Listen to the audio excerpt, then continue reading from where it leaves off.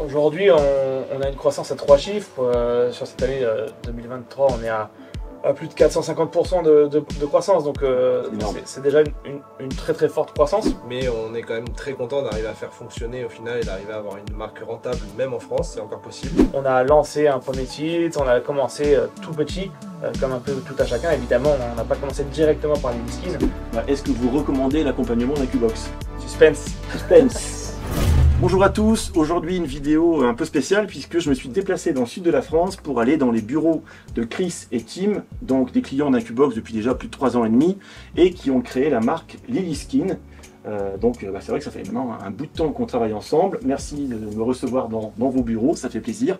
Donc Lilyskin, c'est une marque qui a maintenant 3 ans, elle aussi. Tout à fait. On s'est connus un petit peu avant en réalité puisqu'on a déjà travaillé ensemble sur d'autres boutiques. Vous êtes venu dans l'univers du dropshipping un petit peu par hasard finalement et vous êtes développé dans le e-commerce avec une vraie création de marque aujourd'hui. Donc c'est vrai qu'on vous a accompagné également sur la partie produit bien sûr là-dessus depuis le début quasiment.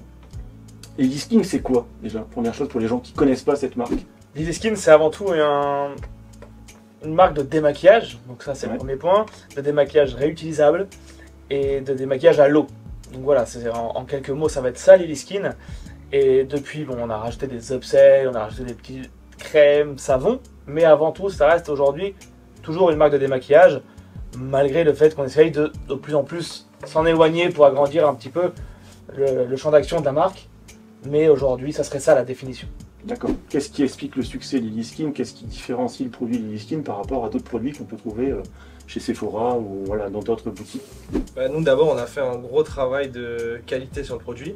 Je pense que l'un des meilleurs moyens de se différencier c'est par la satisfaction client. Donc du coup on a fait un gros travail avec vous justement de sourcing, au final de création du produit. On n'est pas parti d'un truc déjà qui existait. Et on a été assez pointilleux sur la qualité du produit, sur l'épaisseur, sur l'efficacité du tissu. Et après un autre, je pense, angle qui fait que ça fonctionne bien, c'est aussi tout l'aspect marketing de la société, où on a testé énormément de choses pour voir ce qui pouvait fonctionner et quel message passer à notre audience pour qu'ils puissent se convertir à un produit réutilisable.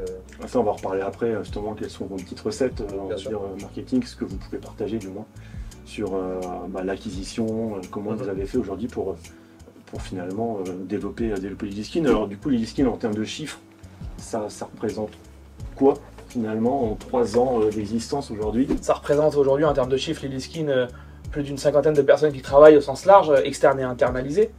Ça représente plus de 200 000 clientes, ça représente plus de 3 à 4 pays. Donc aujourd'hui, c'est une marque qui a une vraie croissance exponentielle et qui a su profiter aussi du Covid pour on va dire, éclore.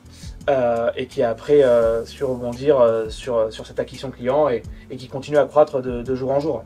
Mais vous êtes déployé en fait principalement en France. Quels sont les avantages, quels sont les inconvénients pour vous d'avoir une société en France? Je dirais déjà, nous, la principale raison de ce choix-là, c'est qu'on ne se voyait pas vivre autre part. On a nos attaches ici, notre famille, nos amis, Tim a une fille. Donc ça nous tenait à cœur en fait de rester ici parce qu'on se sent bien et qu'on est sur la Côte d'Azur et qu'on se sent très bien aussi. Et puis effectivement ça peut être un désavantage concurrentiel par rapport à d'autres marques qui ont d'autres systèmes fiscaux, mais on est quand même très content d'arriver à faire fonctionner au final et d'arriver à avoir une marque rentable même en France, c'est encore possible, tout en conservant notre cadre de vie. Même si on s'est déjà posé cette question là, on y a répondu surtout par le fait d'un choix personnel et de vie, et on arrive quand même à continuer à croître en fonds propres. On n'a pas de levée de fonds, on a vraiment s'autofinance, donc la preuve que c'est possible et qu'on peut aussi garder son équilibre personnel à côté du côté professionnel. C'était une question que j'allais vous poser aussi, justement, si vous aviez déjà fait une levée de fonds pour le développement de Lilyskin. Alors en fait finalement vous êtes autofinancé en fonds propres de base, et puis ensuite fait boule de neige avec les résultats de la boutique où vous avez... Au tout début, et même depuis le début, on a commencé en fonds propres. Effectivement, c'est les bénéfices engendrés, en fait, la croissance qui fait qu'on arrive à s'autofinancer, même si c'est pas facile, mais on y arrive par différents systèmes pour assurer toujours plus de croissance sans avoir besoin de faire ni de prêt ni de levée de fonds. On sait qu'il y a très peu de sociétés qui arrivent à le faire de nos jours, et c'est un point sur lequel on est très content et très fier de rien devoir à personne. Alors en fait, on s'est parlé la première fois, donc c'était avec toi, Chris, en 2019, fin 2019. Finalement, Incubox avait vu le jour à peine un an avant. C'était quand même encore aussi un peu nos débuts, malgré tout. Et c'est vrai qu'on a fait cette aventure en fait ensemble, chacun de son côté, mais on s'est rejoint sur ce projet, principalement sur Lily Skin. Qu'est-ce que vous faisiez avant? Qu'est-ce qui vous a amené finalement au e-commerce? Avant, on était dans l'événementiel, donc un monde qui n'a rien à voir. Et la passerelle s'est faite par un DJ qui avait lui-même du e-commerce dans son activité, qui faisait DJ, coach sportif et un petit peu d'e-commerce. Et en fait, en discutant avec lui tout simplement, on a saisi une opportunité. On s'est dit, c'est vrai que l'e-commerce c'est toute l'année, ça peut être toute l'année, alors que l'événementiel c'est très saisonnier. Et donc il y a des périodes un peu plus creuses. Et on s'est dit, pendant ces périodes creuses, autant optimiser notre temps et lancer une nouvelle activité comme le e-commerce. Et donc en fait, ça s'est fait comme ça. On a lancé un premier site, on a commencé tout petit, comme un peu tout à chacun. Évidemment, on n'a pas commencé directement par Lily Skin. On avait compté la dernière fois, on a à peu près lancé une vingtaine de sites, de boutiques avant de vraiment trouver les chaussures à notre pied et quelque chose qui match vraiment. Donc on a commencé comme ça. Et c'était, la passerelle s'est faite par un DJ qui lui-même faisait du e-commerce, des petits résultats sympathiques, et ça nous a mis un petit peu le pied à l'étrier, on a commencé comme ça. Et alors qu'est-ce qui vous a motivé finalement à contacter un agent, puisque c'est comme ça qu'on s'est rencontrés, Chris, on en parlait justement, j'avais mis un commentaire sur un groupe Facebook, puisqu'à l'époque, il y avait encore des groupes Facebook qui parlaient e-commerce, et donc j'ai fait un commentaire, tu avais lu mon commentaire, et tu t'es dit, tiens, ce mec est agent. C'est ça, moi ce qui m'avait intéressé, c'est qu'on était dans une phase où on avait une boutique qui commençait à fonctionner, donc c'était la première fois qu'on avait cherché un agent. J'avais déjà contacté des agents directement locaux. Des Chinois, des Chinois. Ça se faisait souvent sur Skype à l'époque. C'est vrai. On contactait sur Skype. Et quand j'ai vu ton commentaire, j'ai vu ton profil Facebook, j'ai compris que vous faisiez la même chose mais que vous étiez français. Et je me suis dit, cool, c'est une barrière en moins. Donc par curiosité, je t'ai envoyé un message pour savoir est-ce que vous faites vraiment agent et comment ça se passe du coup ce côté français, parce que c'est vrai que culturellement c'est assez dur de traiter avec les Chinois. Autant en termes de qualité que de compréhension, que de culture en fait tout simplement. Et donc quand j'ai présenté ça à Tim, on s'est dit ok, c'est une super idée, ça rejoint le côté humain et le côté fiabilité française, tout en gardant ce principe d'agent, donc c'était parfait pour nous. Mais vous aviez déjà travaillé avec un agent chinois? Non, on avait déjà sourcé des agents, on va dire. D'accord, mais pas... et on était vraiment dans cette pleine phase de recherche d'agents. Et on avait commencé à demander des cotations, etc. Quels sont pour vous les points positifs de bosser avec un agent? Parce que c'est vrai qu'on a encore des clients qui comprennent peut-être pas toujours l'intérêt, qui se disent non mais bon, sur AliExpress, je peux d'ailleurs même demander aux personnes, c'est aussi des agents finalement qui sont sur AliExpress, mais je peux également demander de faire un packaging, ça suffit. Et donc, je ne sais pas si vous avez justement des points clés, vous vous dites non mais là c'est vraiment, c'est pas possible de faire autrement. C'est vrai que déjà dans l'accompagnement du développement produit, par rapport à prendre un produit AliExpress et le lancer, là nous on est vraiment dans de la création de produit, dans du vrai création de branding, et donc il y a un vrai avantage dans ce développement là de s'appuyer sur votre compétence, la compétence de Sylvain dans le développement du produit. Nous on n'est pas à la base professionnel du textile, Sylvain il a une compétence qui nous apporte déjà de par son expérience professionnelle. Donc on s'est appuyé sur cela, sur sa compétence aussi de la relation chinoise, parce qu'effectivement, on en parlait d'ailleurs ce midi, les Chinois ils vont avoir tendance à dire oui à tout, et puis au final quand on reçoit le produit, il n'y a rien qui va. Et donc pour simplifier ça, avoir une personne qui a l'habitude de traiter avec eux, qui a l'habitude de ce développement-là, même si un développement reste un développement long terme, on est assez bien placé pour le savoir, c'est toujours beaucoup plus simple et pour nous indispensable de travailler via Sylvain que en direct. Parce que on n'est pas encore une fois, je me répète, des professionnels de ce développement-là. Et c'est une vraie façon de communiquer, une vraie façon de travailler qui ne s'acquiert pas du jour au lendemain. Et donc cette compétence est pour moi déjà primordiale et on ne peut pas s'en empêcher. Voilà, si on veut faire une vraie marque et pas juste du dropshipping comme avant, c'est que le développement est obligatoire. Et donc pour nous, n'ayant pas cette compétence-là, c'était primordial de travailler avec. Je rajouterais même que même en dropshipping normal, c'est quand même très difficile de trouver le bon fournisseur AliExpress au final. C'est vrai. C'est-à-dire que pour un même produit, alors oui, tout le monde a les mêmes images, mais pour autant, c'est pas le même produit que tu reçois, et c'est pour ça qu'on conseille souvent dans les formations de dropshipping de commander le produit déjà pour faire des vidéos d'ads, mais surtout pour s'assurer qu'on n'envoie pas non plus n'importe quoi au client. Parce que derrière, après, on a un mauvais score de page, on se fait bannir et on a des problèmes, et je ne vous conseille pas forcément de l'aborder de cette manière-là. En tout cas, de nos jours, parce que tout s'est vraiment resserré autour du dropshipping pour que ça soit un peu plus clean qu'avant. Voilà. Il y a beaucoup de gens qui sont de clients qui sont fait un peu, pas forcément arnaqués, mais des clients qui ont pensé recevoir tel produit, ils ont reçu un truc de moins bonne qualité ou plus petit ou qui n'a rien à voir. Donc déjà que sur AliExpress, c'est très dur de sourcer un bon produit. Donc si jamais on va dans du développement produit ou même dans du branding, bonne chance pour quelqu'un qui n'a pas d'agent d'arriver à le faire tout seul, aller contacter des agences, des usines en Chine. Enfin, vous avez un réseau, vous, qui vous permet de le faire. Et c'est cette compétence-là aussi qui est importante, je trouve. Ouais, tout à fait. On est des simplificateurs, on va dire. Exactement. Par rapport à AliExpress, en fait, ce qu'il faut bien noter aussi, c'est que derrière ce qu'on voit sur AliExpress, c'est une vitrine, mais il y a donc un agent.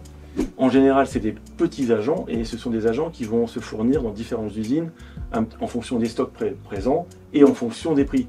C'est-à-dire que pour un même produit qui peut être fabriqué dans 10 usines différentes dans toute la Chine, voilà, il peut très bien, effectivement, chez ses stocks ici, l'usine A, l'usine B, l'usine C, ce qui fait qu'il n'y a pas toujours la continuité de la qualité. Donc même si on commande un produit, on se dit bon, ça va, le produit est clean, on va dire, on n'est pas certain que la semaine d'après, il envoie le produit qui vient de la même usine. Bah, c'est l'offre et la demande, c'est normal, et puis c'est également, voilà, dans sa marge de négociation avec certaines usines, il peut avoir des fois des meilleurs prix sur des lots. Donc ça change tout le temps. Bon, c'est de bonne guerre, c'est-à-dire qu'effectivement, ce n'est pas des agents qui sont très structurés, c'est souvent des agents qui travaillent de chez eux, pour la plupart du temps, et donc il n'y a pas des critères de qualité qui sont aussi suivis que ce qu'un agent peut assurer, mettre en place. Quand nous, on commande dans une usine, on trouve un accord commercial avec cette usine, et on fait des audits de qualité à réception, et donc il y a une continuité, on va dire, dans la garantie de cette qualité. Et c'est aussi ce qui fait l'intérêt de travailler avec un agent. Pas forcément un agent français, les agents chinois font ça également. La petite différence pour un Qbox, c'est qu'on comprend bien en tant que Français quelle est la qualité attendue par les consommateurs en Europe. C'est énorme, la différence de culture est énorme. La différence de culture est énorme, complètement. Donc Lilyskin, finalement, vous avez fait une croissance de 450%, c'est ça? Ça s'explique comment? Alors en dehors des produits qu'on a développés ensemble et qui répondent finalement, qui touchent leur cible, qui touchent leur audience. Mais quelles sont vos stratégies en fait d'acquisition? Qu'est-ce qui fait qu'aujourd'hui, dans cette acquisition, vous avez tâtonné, vous avez cherché, quelles sont les recettes aujourd'hui qui font que vous faites un tel chiffre d'affaires sur ces produits qui finalement, encore une fois, je le répète, on peut trouver des produits relativement équivalents, à droite à gauche, en cherchant bien. Qu'est-ce qui fait le succès de Lilyskin sur l'acquisition? Déjà, c'est un ensemble de choses, c'est une grande mécanique où il y a plein de boutons qu'on a tourné un par un pour savoir lequel pouvait nous rapporter plus de résultats. Nous, on fait beaucoup d'acquisitions sur Meta, principalement, donc Facebook, Instagram, un petit peu d'influenceurs aussi. C'est une stratégie où, oui, on a fait énormément de testing. Comme je le dis souvent, au final, ce qui fait vraiment la différence, c'est les vidéos de pub, tout simplement, les vidéos ou supports de pub, ça peut être des images aussi. Et c'est là-dessus qu'on a essayé de se démarquer, en internalisant cette tâche-là et en écrivant des scripts, en faisant énormément de tournages, et en exploitant des angles différents, des formats différents, en n'ayant pas peur de tester vraiment beaucoup de choses. Et 90% des choses n'ont pas fonctionné, mais après le 10% permet de trouver une autre dynamique et de relancer des itérations sur quelque chose d'autre, mais partant de ce premier constat-là, des premiers 10% qui ont marché. Et c'est comme ça qu'aujourd'hui on arrive à faire de belles performances. Et encore aujourd'hui, on est confronté à ce challenge-là de toujours trouver des nouvelles idées, des nouveaux formats, des nouvelles stratégies marketing.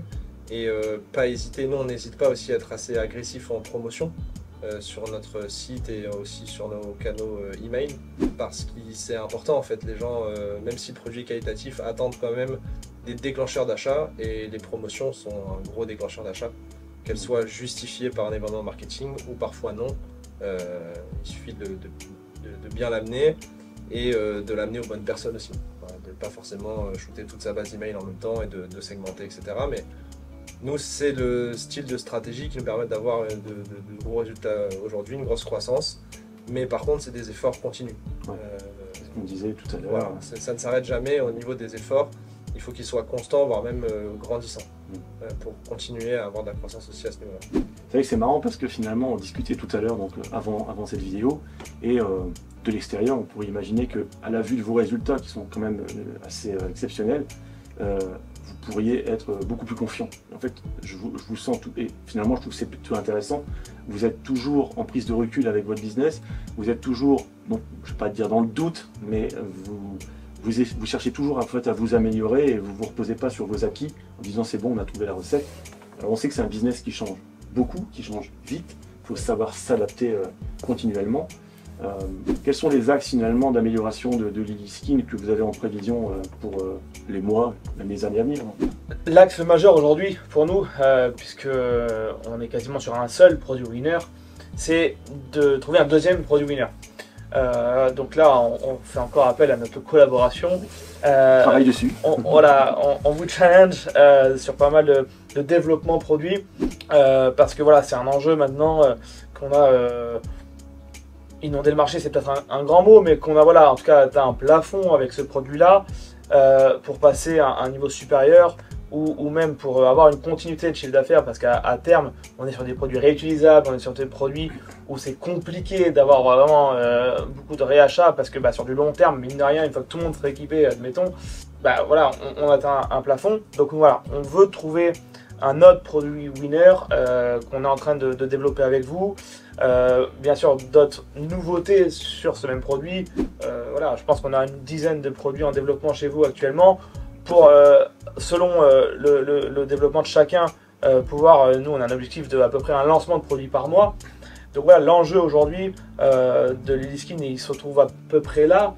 Il y en a bien sûr des différents, mais en tout cas ce qui nous concerne et ce qui concerne ceux qui regardent la vidéo, ça va être une fois qu'on a un produit winner, effectivement pas se reposer dessus, mais essayer de chercher l'upsell qui correspond bien, le produit qui peut compléter, et ainsi de suite pour une fois qu'on a construit une marque, quelque part surfer sur la marque, sur l'image de la marque et sur le fichier client qu'on a acquis au final.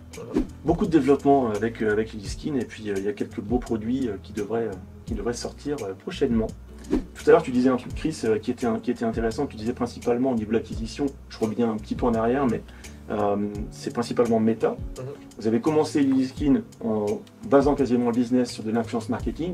On le sait, l'influence marketing, c'est un domaine qui a beaucoup bougé et qui s'en est pris plein la figure aussi depuis déjà pas mal de mois. Ça représente maintenant une petite partie encore de la promotion, on va dire, de Lily Skin. Mais qu'est-ce que vous pensez de l'influence marketing en fait finalement aujourd'hui, et est-ce que c'est encore exploitable? Parce que c'est des questions qui reviennent toujours, même dans nos propres accompagnements avec d'autres clients. Beaucoup de gens nous disent « Ah oui, moi je veux vraiment lancer ça à fond de balle avec des influenceurs ». Et j'ai l'impression que c'est pas encore forcément retombé dans l'esprit des gens, et c'est intéressant d'avoir votre avis là-dessus. Après, nous on a le recul sur notre marque. Je pense que ça peut aussi dépendre de certains produits et aussi ça fait partie d'une stratégie, l'influence marketing. Je pense qu'aujourd'hui la clé c'est quand même l'omnicanalité, c'est-à-dire de vraiment être présent à la fois en influence, à la fois sur Facebook, à la fois sur Google, à la fois sur TikTok. Tout simplement déjà pour pas dépendre d'un seul canal d'acquisition. Si demain les influenceurs marchent plus ou il y a un scandale, qu'on puisse déjà être en sécurité en termes de business, et surtout qu'il y a différents points d'entrée. Il y a des gens qui vont être très réceptifs à une promotion d'influenceurs, des gens qui vont être très réceptifs à voir tout le temps des pubs sur Facebook, des gens qui vont préférer voir ça même dans un magasin, en retail, qui achèteront qu'en magasin. Donc je pense que ça fait partie d'un mix marketing qui est intéressant. Baser toute sa stratégie là-dessus, sur le marché français, je pense pas que ça soit vraiment judicieux. Je connais pas les autres pays et les autres marchés, et je vois de temps en temps certains résultats d'influenceurs dans des pays un petit peu sous-exploités qui peuvent être intéressants. mais je n'ai pas le recul, donc je ne pourrais pas te donner une expérience personnelle là-dessus. Ce qui est intéressant quand même avec les influenceurs, c'est que ça apporte une légitimité, un petit peu plus. Alors il faut choisir les bons, hein. Forcément c'est vrai que tout ce qui est télé-réalité, etc., ça se fait de moins en moins, et il y a de mauvais résultats, hein, tout simplement, avec eux. Et ils n'ont pas une très bonne image, donc du coup ils collent une mauvaise image au produit. Par contre, quand c'est des influenceurs de qualité, ça apporte une crédibilité, une légitimité, une notoriété à la marque, et je trouve que c'est important dans la construction d'une marque. Le plus dur, c'est d'arriver à sortir de nulle part et à se faire connaître, et les influenceurs ont une marge de manœuvre très grande et très rapide dans cette stratégie-là de se faire connaître rapidement. Ce qui va être beaucoup plus dur sur Facebook, etc. Ça va demander beaucoup plus de budget pour juste toucher des personnes. Je dis pas de venir les convertir, mais il vaut mieux le faire avec des influenceurs pour le coup. Donc ça dépend de la stratégie, de ce qu'on veut mettre en place, mais baser uniquement sa conversion et sa rentabilité sur les influenceurs, psychologiquement ça peut être compliqué parce qu'un jour ça peut marcher et l'autre non. Et surtout c'est assez risqué en ce moment parce que de par les résultats on voit que c'est pas le canal d'acquisition le plus rentable non plus. Et alors vous conseillez hors télé-réalité, on va dire, parce qu'effectivement c'est un peu grillé cet univers, mais vous conseillez plutôt de vous diriger vers des influenceurs assez connus, ou est-ce qu'il vaut mieux viser une multitude de micros, voire des nano-influenceurs, parce qu'il y a plusieurs stratégies. J'ai on va dire un ancien client aujourd'hui qui me disait qu'il fonctionnait très bien, mais sur des nano-influenceurs, c'est-à-dire des femmes, parce que là, lui il est vraiment dans un univers féminin, des femmes qui ont 5000 followers, 10 000 followers, 20 000 followers, enfin vraiment des gens qui sont... Mais il inonde en fait une multitude comme ça. Je ne sais pas du tout, enfin votre vue là-dessus, c'est quelque chose que vous faites aussi On essaye, mais c'est très chronophage. Ouais, donc il faut trouver la bonne personne, soit pour le déléguer, ou sinon avoir une belle équipe pour le faire. Et je pense que c'est une meilleure idée effectivement de faire comme ça, déjà parce que ça dilue le risque. Forcément, quand on paye un influenceur très cher, on prend le risque sur une seule personne, une seule promo, à un seul moment de la semaine, du mois, sur un produit, etc. Donc forcément, on dilue le risque. Par contre, ça représente beaucoup plus de travail. Donc au final, je pense que ça dépend. Par contre, en termes de rentabilité, je ne suis pas certain que ce soit force. En gros, les nano-influenceurs ne sont pas forcément des gens qui ont vraiment engagé leur communauté. Ouais, donc, voir si ça convertit ou pas. Par contre, en termes de notoriété et de visibilité, c'est très bien parce que les gens vont voir la marque sur plein de points d'entrée. De tel profil, tel profil, tel profil. Des petites personnes, une maman, une plus jeune, une influenceuse beauté, une influenceuse de fitness. Parce que forcément, c'est plus facile d'en avoir beaucoup et d'être différentes. Donc je trouve ça intéressant en termes de points d'entrée pour faire connaître sa marque. Et c'est vous qui interagissez avec les influenceurs, c'est vous qui les bookez, entre guillemets. Vous passez par quelqu'un d'extérieur, une agence, ou vous faites ça vous-même? Alors on le fait. Aujourd'hui on le fait plus, on a une agence qui le fait pour nous. L'intérêt de passer par une agence, c'est de mutualiser les datas. Et donc d'une marque à l'autre, savoir que cet influx a été rentable le mois dernier pour un autre client, on peut du coup savoir qu'elle fait du bon contenu, qu'elle est sérieuse et ainsi de suite. Donc ça a été un intérêt pour nous. Et pour rebondir sur ce que disait Chris, en fait je pense que le bon moyen est de faire un mix marketing entre micro, nano, médium et macro. En fait si on fait que des micros, on va pas avoir la notoriété que peut apporter une Iris Mittener, une macro.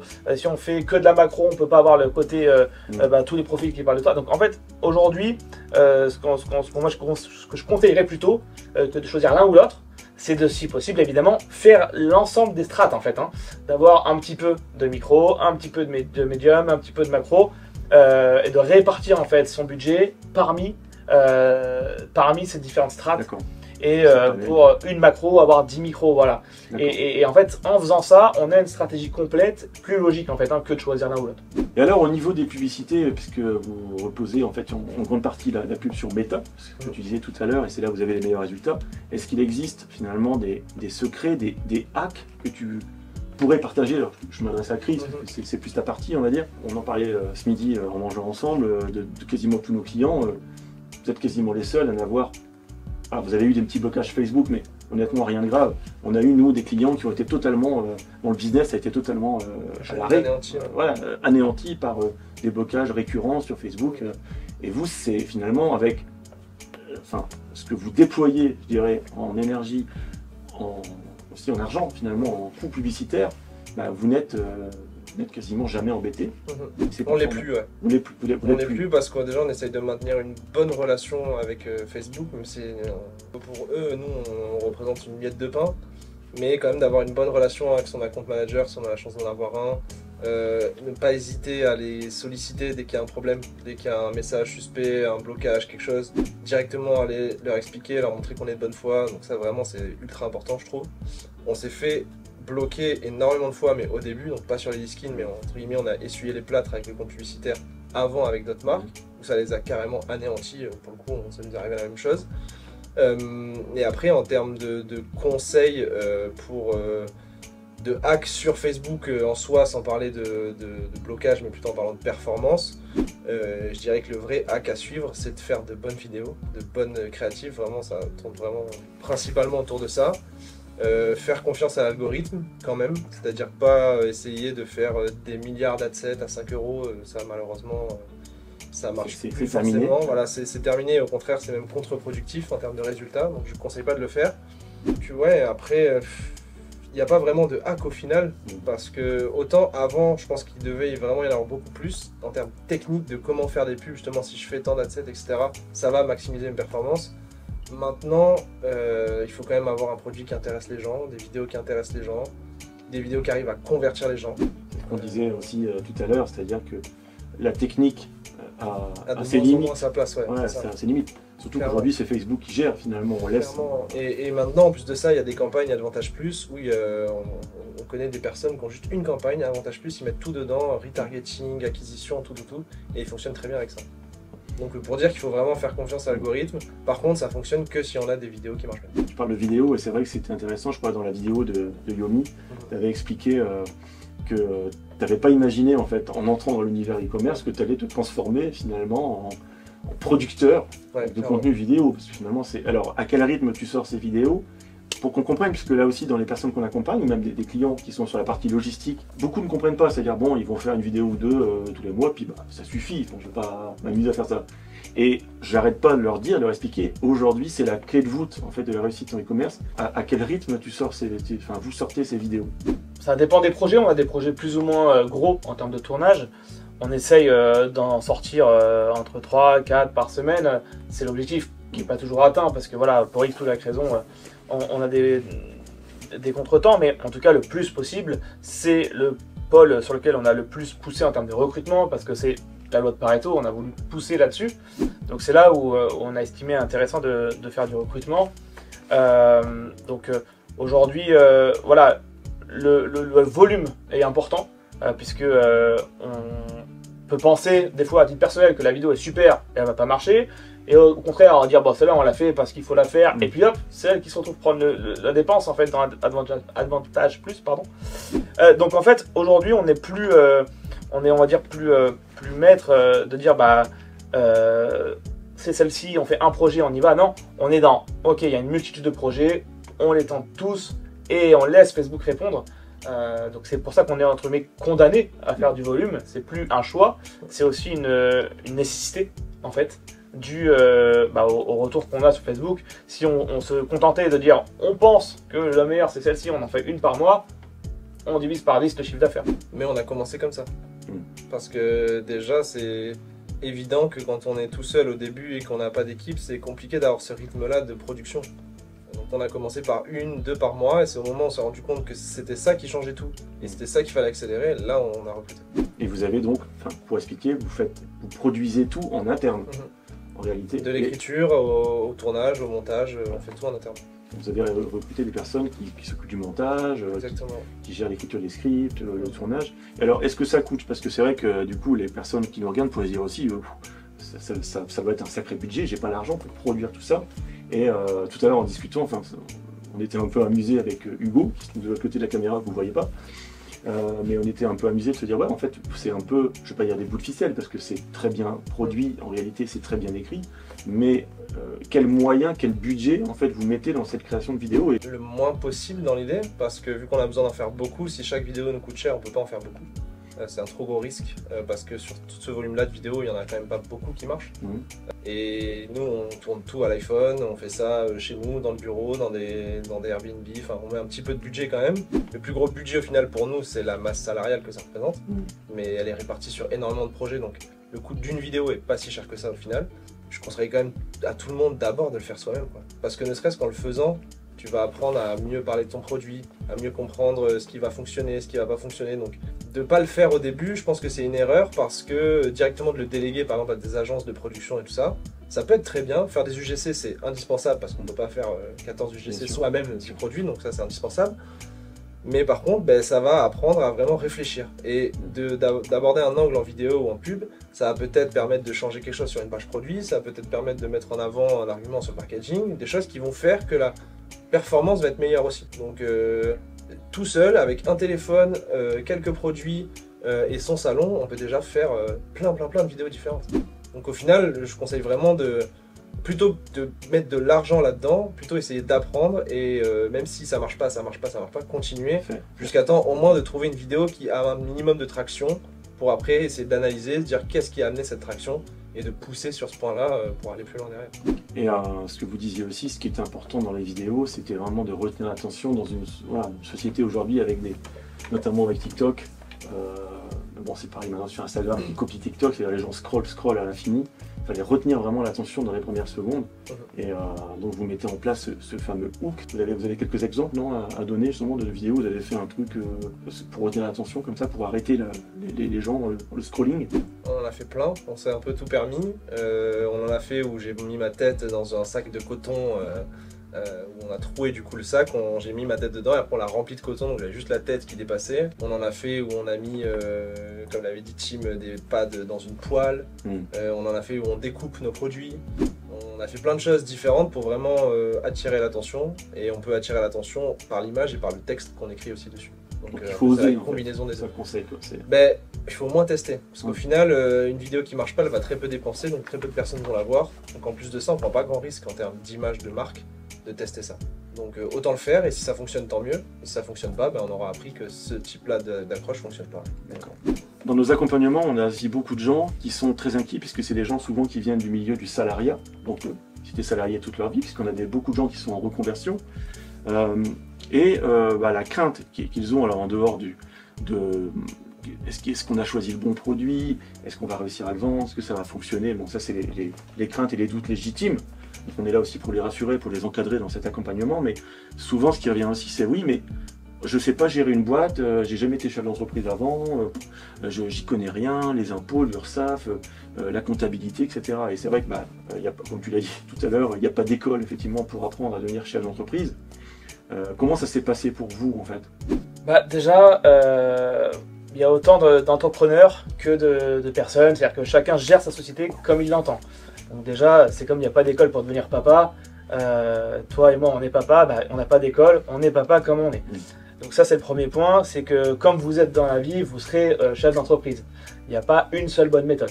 Donc ça c'est déjà le premier point.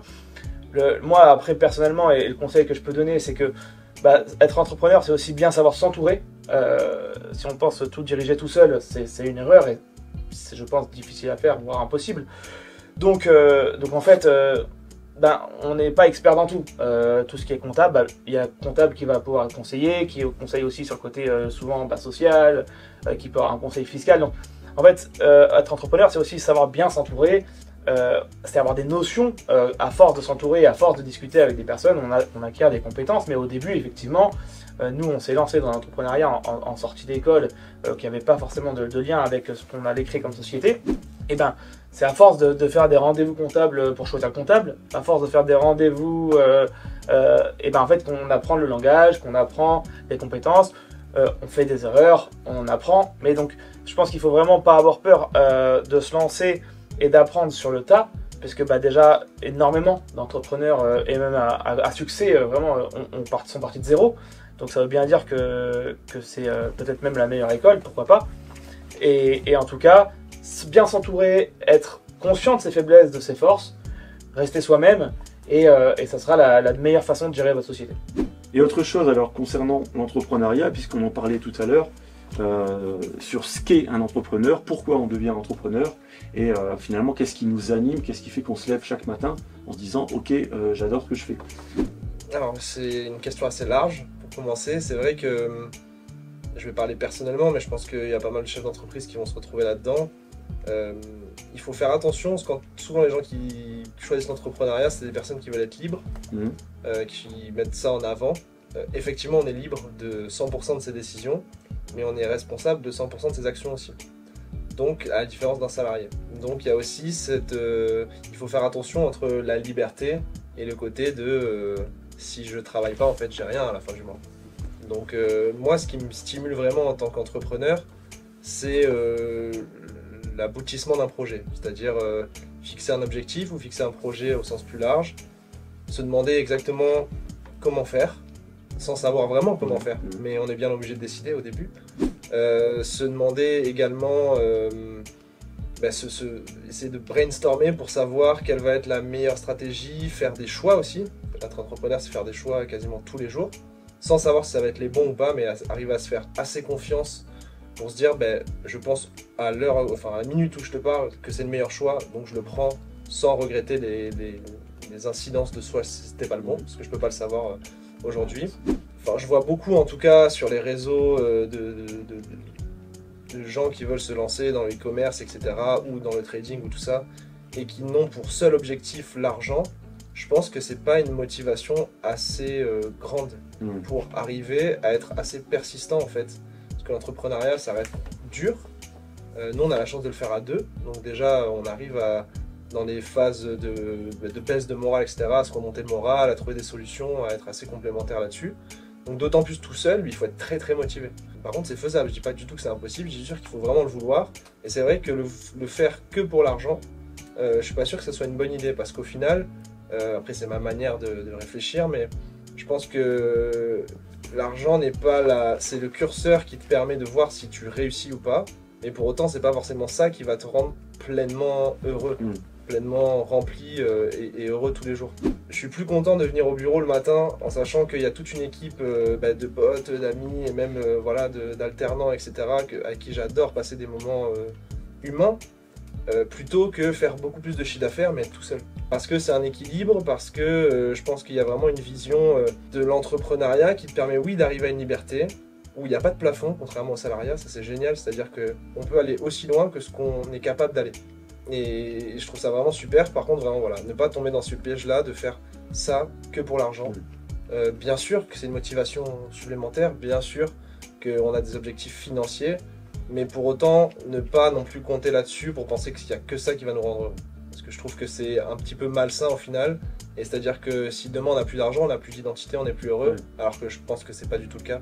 Et il y a des preuves partout dans le monde comme quoi c'est pas du tout le cas. Donc voilà, voir plutôt ça comme un projet au sens large et arriver à se challenger soi-même et dire est-ce que je suis capable de remplir tel objectif, est-ce que je suis capable d'aller aussi loin que ce que je pense vouloir aller et d'apprendre en chemin, quoi. Tu veux pas te résumer au chiffre d'affaires que tu produis, c'est non, finalement juste un bonus. Mais ça reste le curseur, donc quand le chiffre d'affaires va pas bien, tu te remets aussi en question, donc c'est voilà, faut bien savoir quand même que c'est le principal curseur. Donc tu joues avec tous les jours, tu es au contact, quoi. Donc on peut pas s'en détacher non plus à 100%. Et toi Tim, tu avais autre chose à ajouter là-dessus? Ou est-ce que Chris a tout dit? On a quand même sensiblement une vision similaire, c'est pour ça qu'on entreprend ensemble. Après, moi j'ai plus un côté jeu dans ma personnalité. Et c'est vrai que pour moi, l'entrepreneuriat, c'est comme un jeu. Dans un jeu, il faut prendre des décisions tous les jours. Voilà, j'appuie sur croix, j'appuie sur carré, c'est une décision. Bon, là, c'est je choisis tel partenaire ou quoi. Mais ça reste des petites décisions à prendre tous les jours ou des grosses. Donc ce côté prise de décision tous les jours, c'est vrai que c'est quelque chose qui me plaît. Et ce que je te partageais et ce que je te dis, c'est que en fait, c'est le fait d'atteindre des buts, d'atteindre des objectifs qui est satisfaisant. Et en fait, j'ai le même plaisir à atteindre un objectif à 1000 € qu'à 10 000 €. Et j'ai la même déception d'arriver à 900 € qu'à 9 000 €. Ce qui en soi est bête, ce qui veut bien dire que c'est pas l'argent le but, parce que je devrais être beaucoup plus content d'avoir 9 000 € que 900 € au final. Mais en fait, moi, je vois l'objectif atteint ou pas atteint, et comme un niveau atteint ou pas atteint à un jeu vidéo. Donc en fait, c'est voilà, ce principe-là, cette mécanique-là est valable sur tous les points. Voilà. j'ai un objectif de négo, je vais configurer ça comme un jeu et de me dire ok, donc qu'est-ce que je peux mettre dans mon jeu de cartes pour avoir le meilleur jeu face à l'adversaire, tac tac tac, et je vais réfléchir à ce jeu de cartes là, et au final, c'est juste que moi du coup c'est un jeu de négocier, et c'est un jeu qui est tant mieux un avantage dans le commerce et dans le business, donc je le mets au service de la société, mais avant tout, je vais pas négocier en me disant aujourd'hui c'est négo, bon bah allez je vais au travail, je vais faire ça. Non, dans la prépa de ma négo, je vais être là, qu'est-ce que je peux faire, et je vais m'amuser à réfléchir à comment avoir le meilleur jeu de cartes face à l'adversaire. Donc en fait c'est un jeu, et donc c'est en ça où c'est une passion et un plaisir d'évoluer là-dedans. Ok, donc c'est s'amuser finalement quand même qui reste important au final. Ouais, carrément. C'est vraiment le fil conducteur quand même. S'amuser et créer au final, partir dans une direction que personne t'a donnée. Quand on a créé notre première société, on avait mis dans notre diaporama à nos parents et aux banquiers là, une phrase de Confucius qui dit que si tu fais ce que t'aimes, tu n'auras jamais l'impression de travailler toute ta vie. J'ai un peu saccagé, mais bon, c'est l'idée. Confucius n'est pas content, hein. Confucius a retrouvé dans la tombe. Mais t'as la phrase exacte ou pas? C'est choisissez un métier que vous aimez. Et vous ne travaillerez plus un seul jour. Exactement, merci pour la correction. Ouais. Et donc voilà, en fait, c'est faire ce qu'on aime. Moi, j'aime négocier, j'aime ça. Mais si la personne qui nous regarde aime développer des sites ou que sais-je, sa compétence, voilà, c'est chacun après est comme il est, encore une fois, pour reprendre mon discours sur l'entrepreneuriat. Mais moi, je suis dans le jeu, je suis là-dedans, je me travestis pas et je reste comme ça dans l'entrepreneuriat. Et vos familles, vos proches, parce que c'est important aussi quand on est entrepreneur, c'est aussi des questions qui reviennent souvent. Moi-même, j'y ai fait face, mais comme beaucoup d'entrepreneurs, c'est-à-dire que quand on se lance dans l'entrepreneuriat, le regard en fait de la famille ou des proches n'est pas forcément très bienveillant, je vais réussir à le dire. Souvent par crainte, parce que chacun se renvoie ses propres craintes aussi. Donc c'est aussi de l'amour dans ces cas-là, c'est-à-dire mais non, mais on veut protéger les gens, etc. Et pourtant, bref, quel est le regard avant et aujourd'hui en fait, de votre famille et de vos proches? Il n'a pas beaucoup bougé honnêtement. Il n'a pas beaucoup bougé. Non, parce qu'on a eu la chance de préparer notre annonce déjà. Surtout par rapport à nos parents, nous on est à... Le fameux diaporama. Le fameux diaporama, voilà. Pas mal d'avoir fait un diaporama. On a fait une présentation PowerPoint pour expliquer à nos parents pourquoi on se lançait là-dedans et pourquoi on n'irait pas au bout de parcours qu'on avait choisi à la base. Comme on irait convaincre un banquier de nous faire après, quoi. D'accord. Parce que pour nous, on s'est dit, ils ont sacrifié de l'argent pour nos études. Ils se sont peut-être aussi fait une idée de ce qu'on allait faire plus tard. Et on arrive et on chamboule le plan d'un coup, à un jeune âge. Donc en vue de parents, on s'est directement mis à leur place en disant, il faut qu'ils comprennent que notre décision aujourd'hui, elle est fondée. Okay. Elle est fondée comme des personnes de 18 ou 20 ans, mais elle est quand même fondée. C'est pas juste une envie, boum, je vais créer ma boîte et je vais sacrifier 5 ans d'école à je ne sais combien de milliers d'euros l'année. Enfin, voilà. Mais franchement, on a été très bien. Enfin, notre entourage a été très bienveillant envers nous. Je pense parce qu'ils ont compris aussi qu'on avait confiance en nous. Et ça, c'est important, effectivement. Quand quelqu'un se lance et qu'il le fait avec confiance, on a de suite beaucoup plus envie de le supporter que si c'est quelqu'un qui a peur. Et après, je pense que dans tous les cas, si on y arrive, il faut arriver à passer outre ça. Si on croit en soi-même, qu'importe ce que disent les autres, c'est sa flamme intérieure qui compte. Et on leur prouvera plus tard, c'est pas grave. C'est sûr que c'est plus difficile, quand on n'a pas l'aval de sa chérie et qu'elle va nous demander de rentrer plus tôt parce qu'elle comprend pas qu'on travaille tard, etc. C'est plus difficile. Mais pour autant, je pense quand même que par de la discussion et par de l'explication, on peut arriver à faire comprendre certaines choses aux gens. Et au final, se dire, même s'ils ne me supportent pas, c'est pas si grave. Au final, ils me rejettent juste leur propre peur à eux. C'est eux qui ont peur, moi j'ai pas peur. Et le principal, c'est de soit pas avoir vraiment peur. On a toujours peur, mais d'arriver quand même à passer à l'action même avec cette peur. Alors eux, ils en seront jamais capables, sûrement, s'ils font ce genre de remarques-là. Donc ils projettent, eux, leur peur sur nous, quoi. Tout à fait. Voilà. Ok, alors on va bientôt terminer cette vidéo. Je vais revenir une dernière fois sur le développement de produits, puisque c'est ce qui nous unit en fait dans notre relation en fait client-fournisseur. Et les produits, c'est vrai que beaucoup de gens ne savent pas forcément définir ce qu'est un bon produit. Voilà, on nous demande toujours d'avoir la meilleure qualité possible, mais c'est souvent synonyme aussi de prix les plus élevés. Et c'est pas toujours ce qui va convertir le mieux, ou c'est pas forcément ce qui va être un game changer en fait dans une boutique e-commerce. Alors pour vous, quelles sont les clés, je dirais, quels sont les secrets d'un bon produit puisque aujourd'hui vous vendez quand même énormément de produits tous les jours. Je pense que vous avez peut-être une petite idée de ce qu'est un bon produit. Avant tout, un bon produit, c'est un produit qui est validé par le marché. C'est-à-dire que des fois, on peut penser que c'est un bon produit, en le mettant sur le marché, on se rend compte que non. Donc avant tout, pour moi, c'est la première définition, c'est un produit qui est validé par un marché. Il y a des moyens de le savoir, hein, en regardant sur une autre boutique, voilà. Avant, la première data, c'est celle-ci. Après, une fois qu'on a fait ça, c'est un produit avec un taux de marge OK, un taux de marge réfléchi, calculé.